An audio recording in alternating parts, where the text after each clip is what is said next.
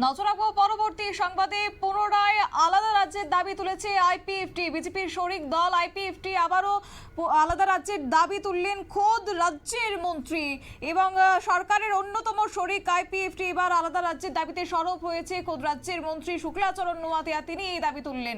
যাব বিস্তারিত সরাসরি আমাদের সঙ্গে যুক্ত হয়ে গেছে নিউজ রুম থেকে প্রতিনিধি রাজীব দত্ত। রাজীব, কি বলবে? পুনরায় একটা সময় আমরা দেখেছিলাম যে আলাদা রাজ্যের দাবি তুলে আইপিএফটির একটা রাজনীতির ময়দানে উত্থান, সেই জায়গা থেকে পুনরায় আবারও তারা একই দাবিতে সরব, কি বলবে? দেখো, প্রথমে বলি যে গতকাল আইপিএফটির একটি বৈঠক ছিল আগরতলাতে এবং সেই বৈঠকে কিন্তু মন্ত্রী নিজে ছিলেন, যিনি সমবায় এবং আদিবাসী কল্যাণ দপ্তরেরও তার দায়িত্ব রয়েছে, শুক্লচরণ নোয়াটিয়া। তিনি কালকে তাদের সঙ্গে মিটিং করেন এবং সেখানে মিটিংয়ে তিনি খুব পরিষ্কার করে বললেন যে কারণ যে আবার তারা টিপরা ল্যান্ড অর্থাৎ যে আদিবাসী মানুষদের জন্য যে আলাদা একটা রাজ্য, সেই রাজ্যের তারা দাবি আবার তুলছেন। এবং কারণ আইপিএফটির যে ওখানে যারা উপস্থিত ছিলেন তাদের অনেকেই বক্তব্য ছিল যে মূল দাবি থেকে তারা সরে গেছেন এবং যার ফলে সাধারণ যে আদিবাসী মানুষ তারা কিন্তু অসন্তুষ্ট হচ্ছে এবং সেই কারণে কিন্তু নতুন করে আবার এই আইপিএফটি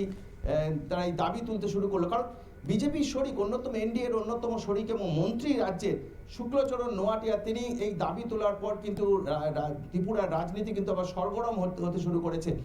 যে এই যে আইপিএফটি, জানো যে এদের একটা আদিবাসী অঞ্চলে একটা যথেষ্ট ভালো সংগঠন ছিল, কিন্তু ইদানিং কিন্তু সেটা কিন্তু চির ধরেছে। কারণ একটাই যে মূল আদিবাসী উন্নয়নের যে আন্দোলন করে তারা এই ইয়েতে এসেছিল, এই সংগঠন তৈরি করেছিল, তার মূল দাবিটাই ছিল এই ত্রিপুরা ল্যান্ড অর্থাৎ আদিবাসীদের জন্য আলাদা ভূমি, আলাদা একটা রাজ্য।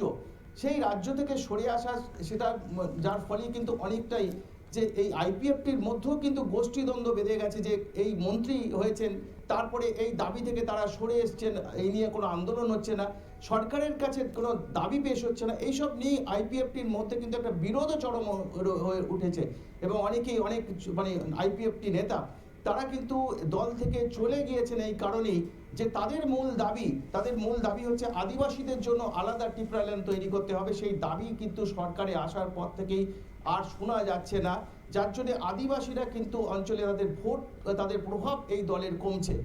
এবং কেন এটা তুললো সেটা যদি বলো, যে আগামী বছর কিন্তু এডিসি যে ত্রিপুরায় যে অটোনমাস ট্রাইবাল কাউন্সিল ডেভেলপমেন্ট কাউন্সিলের নির্বাচন আছে, সেই নির্বাচনকে সামনে রেখেই ভোটারদের কিন্তু একটা আবার নিজেদের কাছে পেতে এই ধরনের দাবি কিন্তু আবার আইপিএফটির তরফ থেকে করা হয়েছে। কারণ যেভাবে আইপিএফটি আরও অনেক সংগঠন আছে, যে আদিবাসীদের আরও অনেক আদিবাসী সংগঠন আরও অনেক আছে, কিন্তু সরকারের থেকে যে অভিযোগ যে সেভাবে উন্নয়ন হয়নি এবং সেই সঙ্গে আদিবাসীদের কল্যাণের জন্য সেভাবে উন্নয়ন হয়নি। এবং আদিবাসীদের আবার বলি যে আদিবাসীদের যে দাবি নিয়ে আইপিএফটি রাজনীতি এই যে আঞ্চলিক রাজনৈতিক দল হিসেবে উঠে আসা, সেই দাবিটাই কিন্তু পূরণ হয়নি এবং সেই কারণেই কিন্তু আইপিএফটি জনপ্রিয়তা হারাচ্ছে।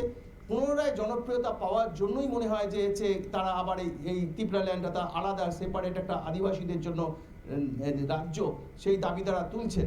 এবং গতকাল আমরা শুনেছি যে মন্ত্রী যেটা শুক্লচরণ নোয়াটিয়া, তিনি বক্তব্য রেখেছেন তিনি সেখানে, এবং তিনি বলেছেন তারা এই দাবি তাদের প্রথম থেকেই দাবি তাদের আছে, এই দাবিতে তারা আন্দোলন তাদের চলবে। তবে আগামী দিনে এই দাবি নিয়ে তারা আরও আন্দোলন করবেন বলেই মানে জানিয়েছেন। কারণ সেই বৈঠকে যারা দলীয় কর্মী ছিলেন তাদের এই কথা জানিয়েছেন যে আগামী দিনে কিন্তু আরও আন্দোলন জোরদার আদিবাসী অঞ্চলগুলোতে তারা আন্দোলন করবেন, যেখানে আইপিএফটি সংগঠন আছে। কারণ আইপিএফটি জানো যে 2018 সালে যখন বিজেপির সঙ্গে জোট হয়েছিল, তখন কিন্তু তারা সেই সময় তারা যখন ভোটে লড়াই করেছিল, তাদের একটা প্রতিশ্রুতি ছিল যে তারা ভোটে বিজেপি এনডিএর সঙ্গে তারা যাচ্ছেন একটাই কারণে, তারা এনডিএ থেকে অর্থাৎ তৎকালে বিজেপি সরকারের থেকে আশ্বাস পাচ্ছেন যে তাদের দাবি পূরণের জন্য কেন্দ্রীয় সরকার চেষ্টা করবে এবং তারা যদি ত্রিপুরাতে সরকার সঙ্গে আঘাত করতে পারে, যদি সরকারে আসেন ত্রিপুরা যৌথভাবে, তাহলে তাদের এই দাবি আদায় খুব সহজে দাবি আদায় করা যাবে। এবং সেবারে কিন্তু 2018 সালে বিজেপির সঙ্গে গাঠবন্ধন করে 8টি আসন আইপিএফটি জিতেছিল, 9টি আসনে তারা ভোট লড়াই করেছিল। কিন্তু তারপরে দেখা যায় যে তাদের যে প্রতিশ্রুতি আদিবাসীদের দিয়ে তারা এসেছিলেন, জনজাতিদের দিয়ে তারা এসেছিলেন, জনজাতিদের সেই প্রতিশ্রুতি কিন্তু রাখতে পারেনি আইপিএফটি, যার ফলে 2023 সালে কিন্তু 1টি আসনে তারা জেতেন এবং সেই জেতেন শুক্লচরণ নোয়াটিয়া, যে যিনি মন্ত্রী হয়েছেন, অর্থাৎ কোথাও যেন যে আইপিএফটি যে দাবি, সেই দাবি থেকে জনজাতি যে জন্য মূল দাবি, সেই দাবি থেকে সরে আসার কারণেই কিন্তু হয়তো 2023 সালে তাদের রেজাল্টটা ভালো হয়নি। যদিও দেখা যাচ্ছে ভোটের শতাংশে 7.5% ভোট তারা পেয়েছেন। তাই সামনের যে অটোনমাস ট্রাইবাল ডেভেলপমেন্ট কাউন্সিল নির্বাচন আছে, সেখানে একটা ভালো রকম প্রভাব ফেলতে এবং ভোটারদের প্রভাবিত করার উদ্দেশ্যে নিয়েই তারা কিন্তু পুনরায় এই সেপারেট একটা ত্রিপুরা ল্যান্ডের দাবিতে আবার ডাক দিয়েছে এবং তারা এই নিয়ে আগামী দিনে আন্দোলন করবে বলেও জানা গিয়েছে।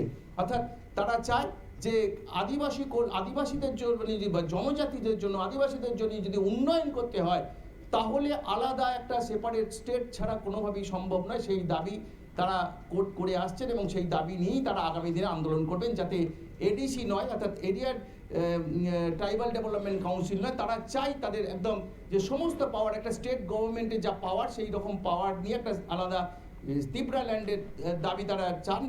অর্থাৎ এডিসি দেওয়া হয়েছে, অর্থাৎ এরিয়ার ট্রাইবাল ডেভেলপমেন্ট কাউন্সিল তাদের পূরণ হয়েছে, কিন্তু সেটাতে তাদের দাবি মিটছে, তার অনেক ক্ষমতায় তাদের নেই এবং সেই কারণেই কিন্তু তারা চাইছেন যে আলাদা একটা ত্রিপুরা ল্যান্ডের দাবি আবার জোরদার করতে, যাতে আদিবাসী জনজাতি ভোটারদের মন পেতে চাইছেন যে প্রভাব তারা হারিয়েছেন 2018 সালে যে প্রভাব ছিল, 2023 সালের আইপিএফটি সেই প্রভাব কমে গিয়েছে এবং সেই প্রভাবকে আবার বাড়াতেই তারা নতুনভাবে এই দাবি, অর্থাৎ আলাদা একটা ত্রিপুরা ল্যান্ডের দাবিতে তারা সরব হয়েছেন, এমনটাই মনে করছেন রাজনৈতিক মহল।